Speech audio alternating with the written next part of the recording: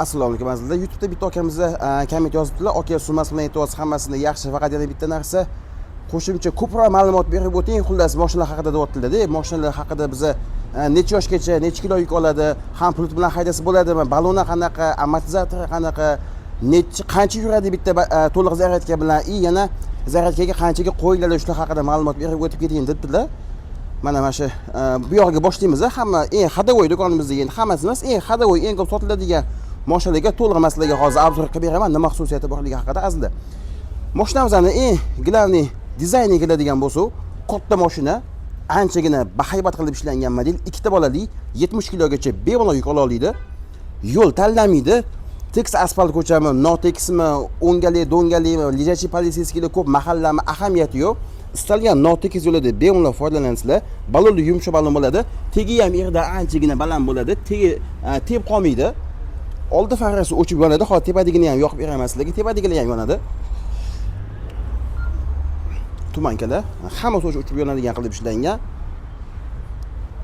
Salon qismiga keladigan bo'lsa, salon qismi anchagina keng, ikkita bolaga alohida joy qilingan, ikkita 4 yoshli bola, ikkita 3 yoshli bola ichiga bemalol sig'adi. Tablolar o'chib yonadi. Bu xilma-xil muzikalar qo'ysizlar bo'ladi. Fleshka o'qiydi, tachli funksiyasi bo'ladi, bluetooth bo'ladi. Salon nozlari mana bu tashbaqachani bosib, mana bossanglar, mana fast o'chdi. Bu sekin haydaladi endi. Bitta bossanglar, mana fast tez degani. Tez yuradigan rejimga o'tdi.